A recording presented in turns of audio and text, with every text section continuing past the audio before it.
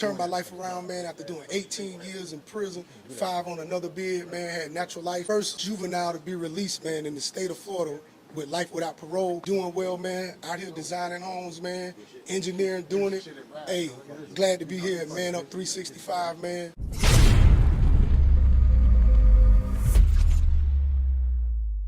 We develop a platform for men to come in and discuss family problems, life, health, spirituality, and just a place to vent where we can talk amongst men and help each other grow and become better men each and every day. My name is Tavares Richardson. And I'm G5. And I'm Man from Man's Finest Barbershop, first line of defense in our neighborhood. And we have a couple of great men here with us today. We have Derek Ingram and we have Terrence Smith. Let them know what y'all do. Yes, I'm Derek Ingram. I'm a motivational speaker. I'm a youth advocate and hard in the community. I also do catering for certain events. Well, today's topic we're talking about is purpose. What is your purpose? So how y'all feel about purpose, fellas? I think that's one of the most important things that a man can have. Purpose is vital, critical, because without it, we just pretty much gonna run amok. But when you got a purpose, you focus, you got a goal, you got an aim, and you got a target to hit. But a lot of men don't even know if they have a purpose. They don't even know what purpose means. So how can they define? How can they be aware of a purpose? Where they get that sense of smell from? Well, with me, it has to be God sent. God placed a purpose on every man. I'm saying it's up to that man to find his true purpose. You see what I'm saying? For me, I know the way I lead is different. I got pastor friends, people that's bishops and apostles and all that. That's the purpose God chose for them. He gave me a different platform. I operate and function on a platform where I mentor young kids. You see what I'm saying? It's all about the design of God when it comes to purpose. I truly believe that every man has one in their life. It's up to that man to really have that conversation with the Supreme, figure out what he's supposed to be doing. What's one way you guys reach the youth in the community? Reaching out to the youth, what brings them in? Can you elaborate on that?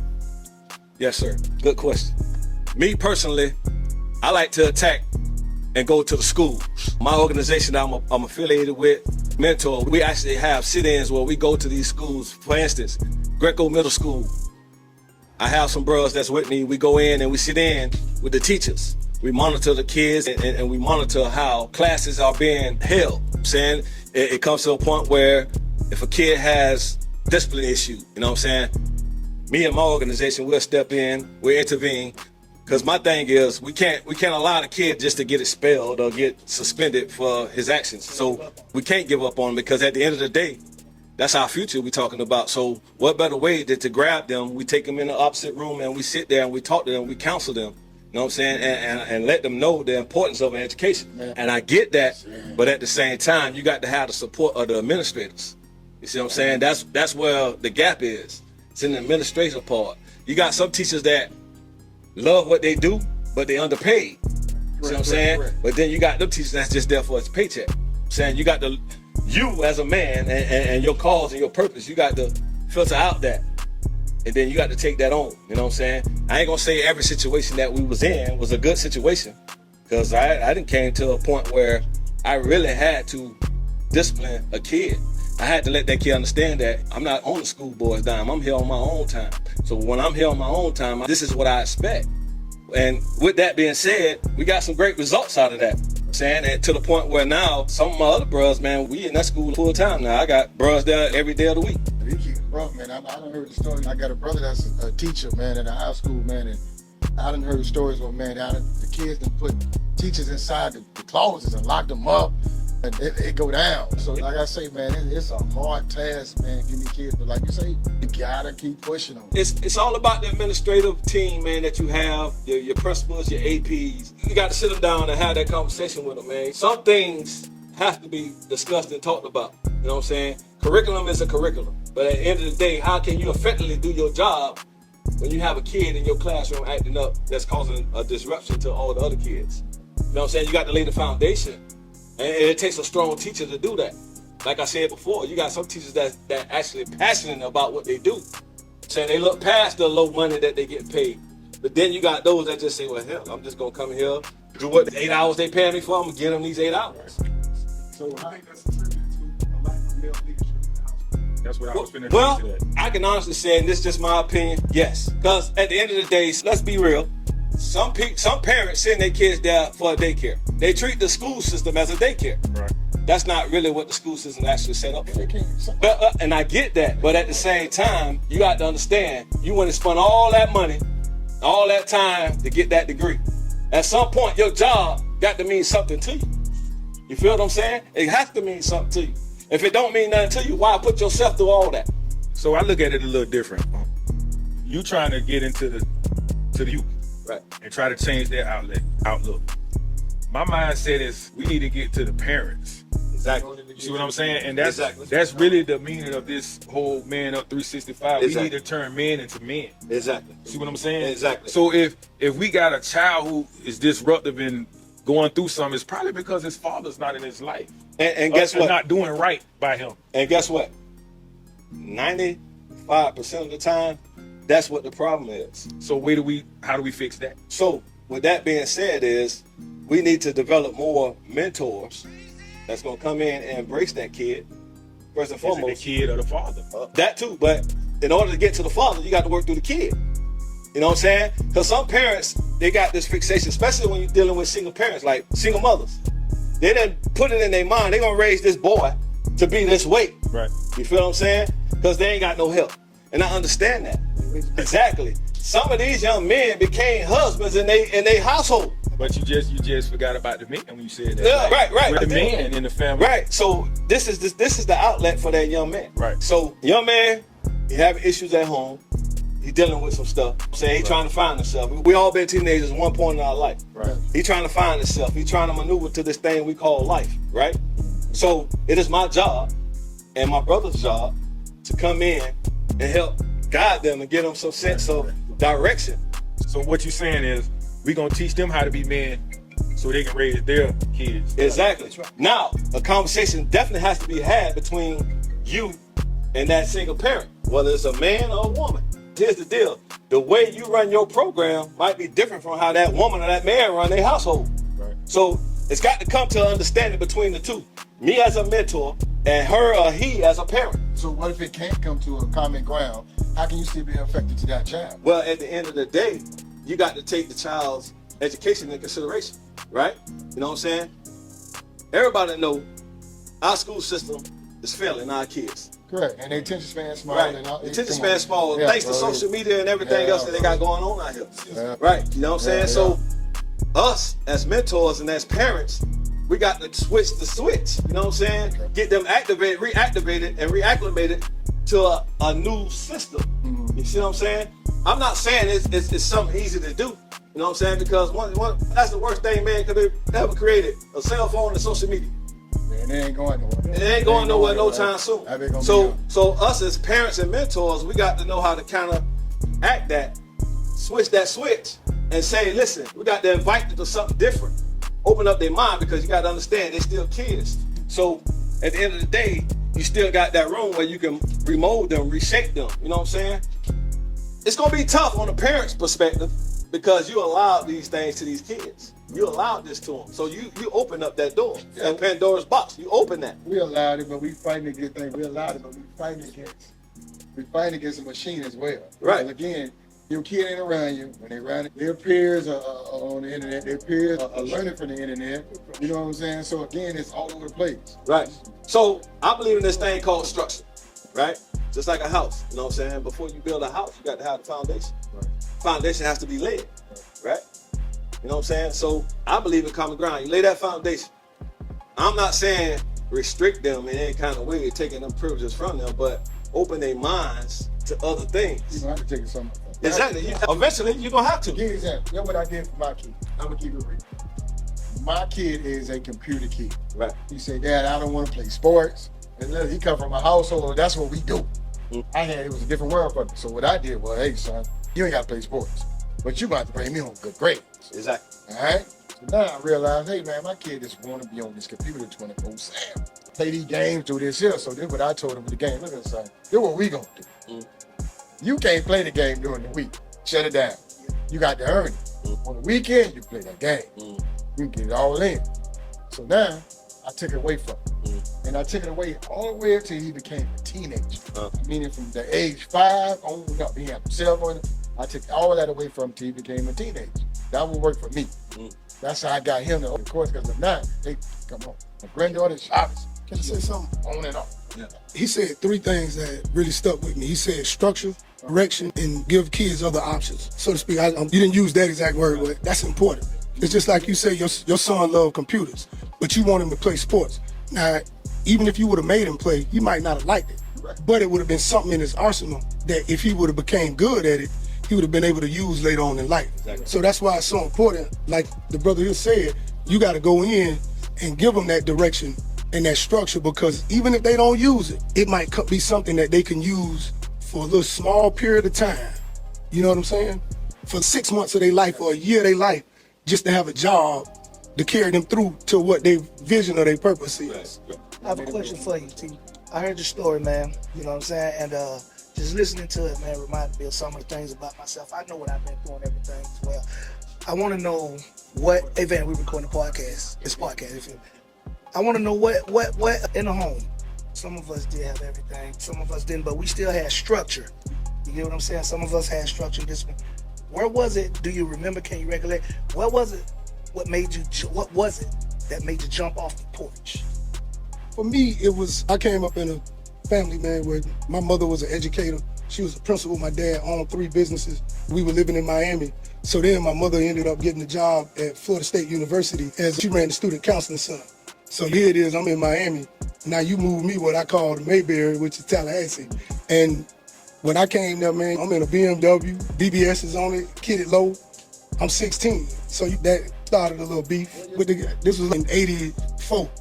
So I'm 16, rolling. And I ain't had those problems in Miami because really who my brothers were and everything. So I'm a kid that came from a neighborhood, Bobby Bowden lived 3 houses away from me. We lived country club, golf course on the PJ Tour. And I'm not saying that to brag, but they didn't know it wasn't sweet. Yeah. So some guys end up jumping on me and my lady. And so I tried to do the right thing. I guess her mother went to the police, everything, they didn't handle it. So I took it into my own hands to handle it. But that came from my entitlement through my parents. Because I said, well, I'm gonna take care of this because I can get out of this. They were already saying this kid isn't doing this. So for me, that's what led me to doing what I did. But I can say this, I had the structure, but it wasn't what my grandmother gave me. You know what I'm saying? It was loose, so they let me guide my own path. So that's why what the brothers say is so important, man. You gotta have structure from these adults. Like the brother here said, if they would have took my car, that might have saved me 20 years in incarceration. Because that's really what it was all about, a car. Well, look, just to jump on what you're saying, with you being such a fortunate kid, you really didn't have to do much but just follow the rules. That's it. What made you go in the opposite direction? What was it in you to make you say, I'm not gonna follow this path, and actually took you down the wrong path? I think let's really go back to the issue. So like I said, I moved from Miami to Tallahassee. So the issue wasn't really me beefing with these brothers. The issue was more the depression from now being switched from a larger city where I was doing good, playing baseball. I'm in acting classes, man. I'm doing good in school, straight A's and everything. And I go to Tallahassee because they say moving is one of the closest things to death that you'll face. It's one of the closest life changes. So now let's deal with the mental health issue. I'm already going through these issues, and then these brothers bringing this to me. So now guess what? I don't care. No, I don't care if I live or die. And that's a place that no man wants to be. So now you forget about, as Tavares said, you forget about the benefits you got. You ready to throw all that away? Exactly. Because, and it's, like I said, that's the mental health issue. That's the pressure from not being able, and all it was I couldn't handle a simple move that my parents made to put us in a better position in life. Tell us. His mama was on the board and man, Let me say this. So in the neighborhood I grew up in, man, it was 6 black families, just 6. We talking about 1,000 homes, everything an acre plus. 5 of us from them black families did major prison time. The other one became an alcoholic.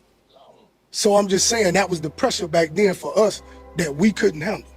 So exactly, because while I was in there, man, I was just saying, I tell a lot of brothers, man, hey, if these brothers would have had my life, they wouldn't even be here. They wouldn't even be, they would have handled it different. Gotcha, yeah. So basically what I'm hearing is that it really don't matter what spectrum of life you come from. No. And I'm trying to understand what would make you not follow that path still. Because I'm hearing you, but I just can't picture. Because if I was put in that position, man, I don't think I want the easy road. But what I think though, Tavares, is this: when you it's like taking a wild animal out of his captivity, Right. and placing him where he's caged. You feel what I'm saying? You get a different response from that animal. I understand that. You feel what I'm saying? An animal's main objective in life is to eat, right? Exactly. So you took him from one place where he was eating, put him in a cage, but he still eat. Right. But he used to being free. That could be an issue, but I'm still eating. Right. Why would I put myself in a position where I can't eat? Right. But exactly. Exactly. I think one thing too is that we get caught up in what society say. Here it is, my parents done worked hard for me to be out here in these suburbs, but then people like, you ain't real, you ain't down. And as a kid, that's peer pressure. So now you gotta prove to everybody the thing that, you know, cause I'm over in South City in the projects, in Tallahassee, hanging out every day. I ain't out there in Killarney Estates playing golf.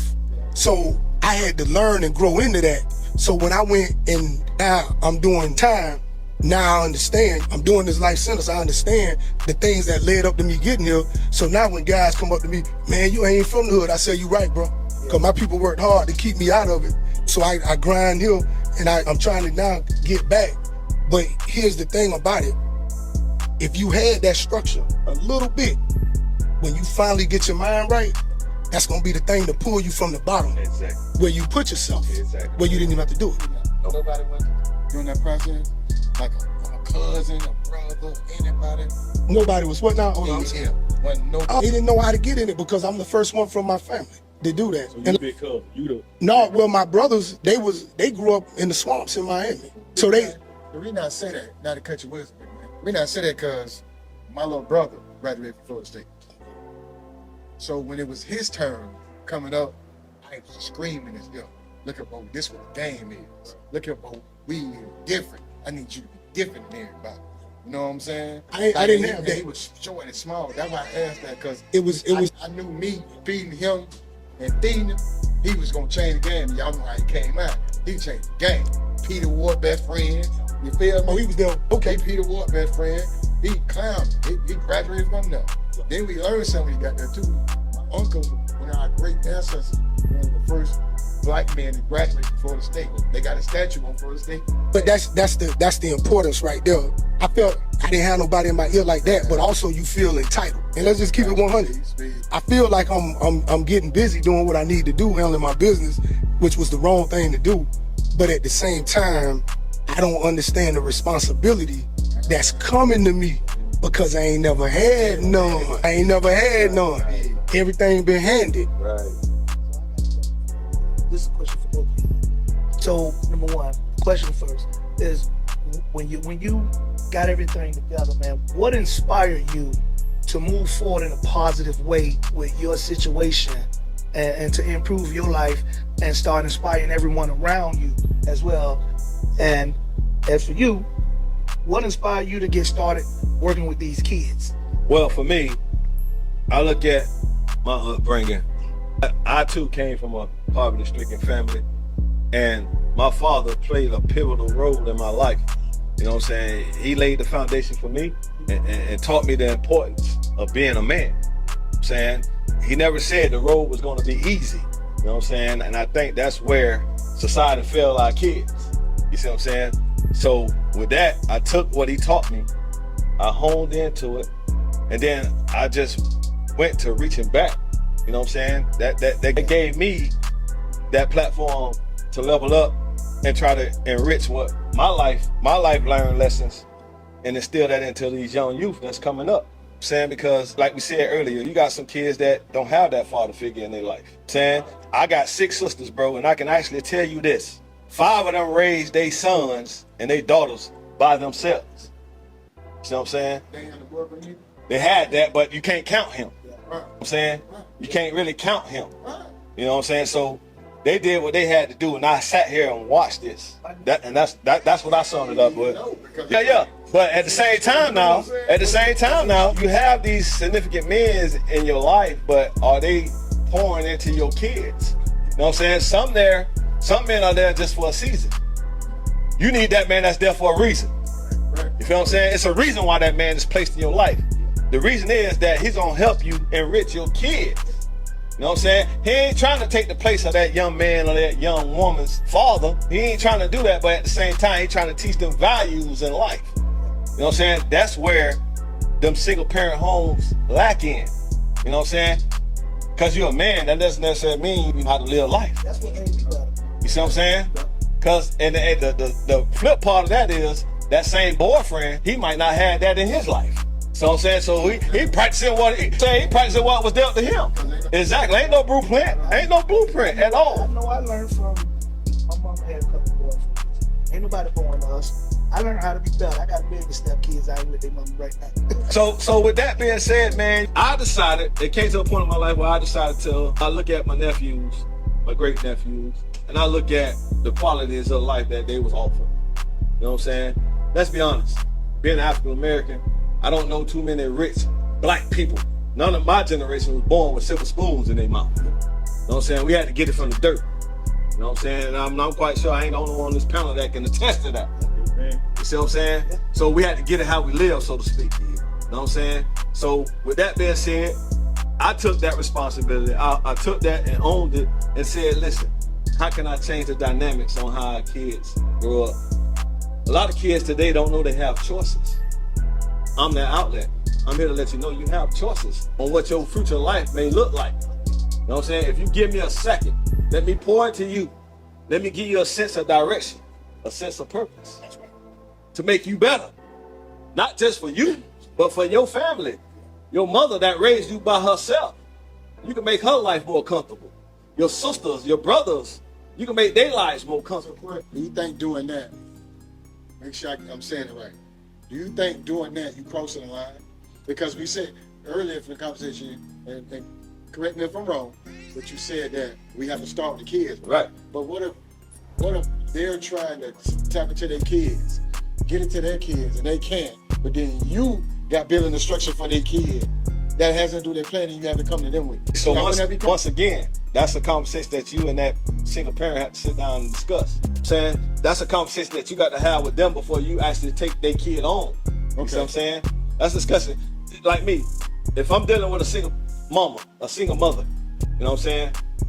Before I even take on a mentorship of their child, I didn't know what your life expectation is for that kid. And then I cater and I put a plan together to fit what your expectations is. But at the same time, I'm gonna forewarn you about what may or may not happen. You know what I'm saying? Because it's a process. It's just like baking a cake. You know what I'm saying? You got all these different ingredients. It takes all these different ingredients to bake a cake, right? So with that being said, I'm gonna give you them nuggets, them ingredients to make that cake the best damn cake you ever made. But it's up to you to decide what ingredients you need me to give to your kid. You know what I'm saying? Now, I can attest to this. Some of these single mothers, they be on the fence about certain stuff. When we have that discussion, they be on the fence. But at the end of the day, my question is them is, so what are you doing to change the parameter of your child? You know what I'm saying? Do you really want what's best for your child? Do you really want what's best for you? You know what I'm saying? Because at the end of the day, you then lived your life. We talking about the future here. You see what I'm saying? You ain't got any pushback on it? I did. True story. I was at Greco Middle School, and I'm sitting in the classroom with a teacher. Brand new, fresh off the boat. Just graduated from college. Before I entered her class, we sat in the teacher's little lounge, and I had a conversation with her. And she was telling me she loved what she do. She was passionate about her job, this and that. But at the same time, she was telling me about certain kids in her class, disrupting the class, went to the point where she can't really do her job effectively, right? So I said, this is what I'm gonna do. I'm gonna come sit and observe your class to see what the real problem is, right? I sit in the class, right? Last bell rang, kids come in, all right? First thing she said, good morning, class. Take your seats. put your cellular devices away, take out your workbooks, and we're working on this, that, and the third chapter, right? It's this young boy. I ain't gonna reveal his name, but he sat down and he had a little crew, you know what I'm saying? He had a little crew. Everybody doing what she asked, with the exception of him. So I'm walking around the class, I'm monitoring the class. So I see he wasn't following the instruction that was gave to his teacher. So I said, yo, the teacher said, put your phone away, man. Pull out your workbook. This little joker looked at me like, who the hell are you? I said, I backed off. So she addressed the situation. She said, so put your phone away, get in your workbooks, and work on today's lesson. He's still on his phone. So me being me, I approached the young fella and said, hey man, did you not hear what she just said? Again, this young man looked at me like I didn't. Probably gave you the I didn't. So I said, okay. So again, I walked around the room. He's still sitting there with his phone in his hand. So this time here, I said I had a choice to make. I didn't want to seem like a pushover. You ain't my daddy. Hold on. I didn't want to seem like a pushover. So I had to get in his face. You know what I'm saying? I said, young nigga, did you not hear what this lady told you? Put your phone away, open up your book, and do your work. This little joker stood up like he wanted to give me a face. Oh, Hebrew. So this is what I do for him. I said, my nigga, I promise you, this ain't what you want. Either you put that phone away, or I take that phone, and then you gonna come with me in my classroom, because over there at Greco, we had our own little room. No desk in my room. You gonna stand up and do your lesson. That's me. So he thought I was bluffing. I took that little young brother's phone, and I chucked that son across the room. Broke his phone and said, nah, you come with me. You can't do that. I'm gonna report you. I said, hold on, let me explain something to you, young brother. I don't work for the school board. I'm here on my own time. I dedicated time to be here to make sure that this woman can do her job effectively. Boom. I had that teacher. They got phones in their classroom. I had that teacher call his mom and have her to meet me here at 12 o'clock. It was 9:45 in the morning. I never forget it. She showed up. I took her in that room that they allotted for me and my people to have. And I explained to her why I did what I did. And then at the same time, I gave her the money to replace the phone because I broke the phone in two. Gotcha. I said, now, I'm gonna leave this decision up to you. I'm gonna give you the money to pay for the phone. But it's up to you whether or not he deserved that phone, because here's the deal. This is not a daycare. This is a learning institution. This lady ain't getting paid bare minimum to make sure your kid get the finest education. So you need to be a parent and let him know it's a reason for him being here. This is not a daycare. Accountability. So she said, Mr. Ingram, you're absolutely right. Did she get the phone? I don't know what she did. I said, I'm gonna leave that up to you. I gave her the money to replace the phone because I broke it. But I had to let him know that, man, you don't intimidate me. See, the teachers, you know what I'm saying? Their hands are tied. They can't operate outside the law. I'm here on my own time. I'm a volunteer. I don't bow down to them restrictions. That's all I got. You know what I'm saying? So this program you're in, how can we refer a parent to you? Easily, You know what I'm man. saying? So we can- Easily. It has to go through the administrative. It has to go through, no, not just Greco. If you got kids at another school that's having them issues, I have to go through the administrative first to allow me and my group to come there and facilitate that school. You know what I'm saying? I got a number y'all can reach out. Oh, definitely, man. They can hit me up at my email address. That's DerickKengram3@gmail.com. Hit me up on that. When you hit me up, give me the synopsis of your child, the school he go to. I need his teacher information and not just the teacher information, but the classes that he having issues in, she having, because we do young ladies too. Gotcha. So give us their information, and then I'll set it up with the administrators at the school. See if they'll allow me to come in there. I sit down with the administrators and we'll talk. See if they got a game plan. If they don't have one, I'm gonna facilitate one. Great one. You see what I'm saying? I will facilitate one, and I'll make sure that I have that school staff with some of my brothers in that school. It's just that simple. You know what I'm saying? That's how I do it, because at the end of the day, man, these kids got to understand this is not a daycare, this is a learning institution. If the new elected president have his way, he gonna cut out the whole Department of Education. That's his goal. So my question is, what that leave us, our kids as African Americans? Homeschool. You know what I'm saying? Oh, that wasn't big hands anyway. You know what I'm saying? And that's what's next. So that's where I'm at with that. But I hone in hard on education because I never went to college, right? I Never went to college. I had the opportunity to go, but I messed that up. So at the end of the day, I'm a firm believer that education really do works. It's all about the foundation. So look, I got a question for Terrence, but I'm gonna wait till you answer his question, and then I'll get back to you. Okay, so for me, when I found out, I had to go back a generation. My dad, he provided, he did everything for me, he did everything for my brothers. I had older brothers and sisters, so they was looking out for me too. So like I said, it was a little bit of entitlement. But when I'm sitting in that prison doing life, I had to look back and see that from Tavar's grandfather and all my great uncles, how they took care of their families, man. And I'm like, I'm like, man, what the hell I'm doing here? Hell wasn't the word I used, but I had to reflect on it, and I say I come from this. And when I realized what I came from, and here it is at the time, I got 6 kids. I ain't been out there with them collectively. With all 6 of them, I ain't been out there with them for 3 years collectively. So I got kids that were born while I was in jail. They didn't even, they knew me from the visiting park. So that's what I'm saying. So when a man look at that and you realize, and you just gotta take down, like you said, you gotta take that hard reflection, man. I just realized, I'm gonna just keep it real. I just realized, hey man, you ain't shit as a father. You ain't shit as a son. It's just what it is. It's just real talk. But cause the money you're giving out ain't right. But the fight, man, I say, man, I'm gonna fight for myself first. Then I'm gonna fight for my kids. Then I'm gonna fight for the rest of my family. You gotta put this fight out. I gotta get out of here and stand up to my family name. And I gotta let my kids see what's possible. And to this day, it was rocky for me and my kids because they got older and they realized, man, my dad, man, he ain't been there. He got out, went back. So then it just got to the point for me where I'm fighting. When I got released, me and my kids had the worst relationship. Oh, we had terrible relationships. They were upset, angry. I did all this fighting to come home to this. So I got to the point where I started pouring into my grandkids. I kept 2 of my grandkids for a year, pouring into them, twin girls. So once they start seeing that, then now 7 years done hit. Now I open up this business, I start this, I do this. Now they coming around and they seeing, and then we have the talk.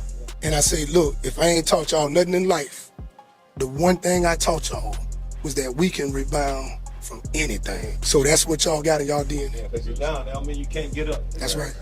So I'm gonna ask this last question before we get out of here. You shared some things with me about not being able to be there for your kids because of what you had to go through. But you also explained to me the feeling of taking care of this new baby.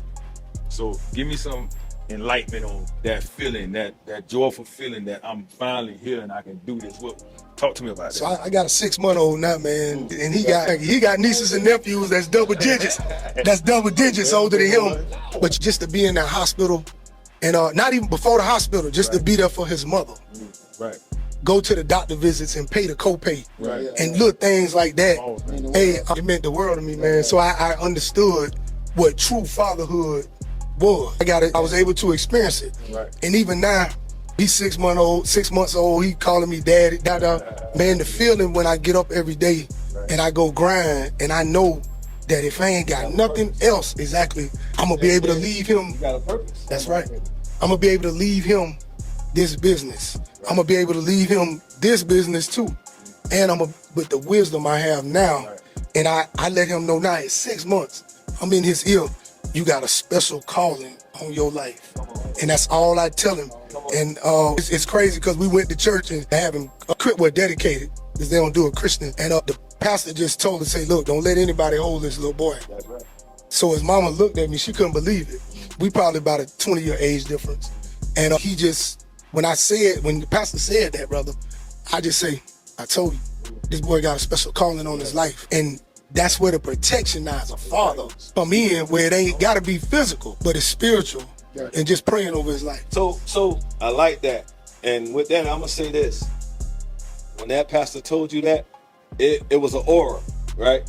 But before the aura came, you laid the foundation. You know what I'm saying? You lived your purpose. You came out of that prison mentality with a purpose, right? That's what we're talking about, right? So your purpose that he birthed in you transcended to your seed. You hear me? It transcended to your seed. Can I say something to y'all? One moment? Yeah. So the way you treat those kids when they in school, I'm telling you, if they ever go through something like what I went through, Lord's will, they won't. They gonna remember you. I promise you, they gonna say, hey, you know what? I should have listened, and they gonna learn from that. That's my goal. I promise you, they gonna learn. I appreciate that. That's my goal. All right, hey man, I appreciate y'all. Hey, this the first one of many. Appreciate you coming on. Yes, sir. Speaking to us. Yes, sir. Cub, Yeah. love you, boy. Yeah, Thank love you. you too, big My cousin made a trip. Hey, this my little big cousin. Hey, I want to be just like him when I grow up, And man. got to drive home 4 hours a night, and he made a stop here for us, man. So we appreciate you for real. Hey, man, and with Yes, that being sir. said, man, I pray traveling grace and mercy on you. Thanks. Yes, sir. Make sure God allows you to make it to your destination because you have a calling. Right. Your calling is to spread the word of grace and mercy because he showed you that. That's right. So now it's your turn to show the world. I appreciate you. Shout out right quick. All right, y'all. Hey, listen, Man's Finest Barbershop. I'm man, 6842 North 50th Street up here in Nucia up top. Listen, we here to pour into the kids, man, and pour back into our brothers, and let's build, y'all. Y'all come on and join us, man. Y'all check. Man up 365. My nephew doing big things. It's up from here, higher and higher. Wake up every day and know that you matter. The one that's gonna be the difference maker in somebody's life you don't even know yet. Hey, man on 365. Bigger and better things to come. Appreciate y'all, love y'all. Let's keep it going. G5 the Hebrew.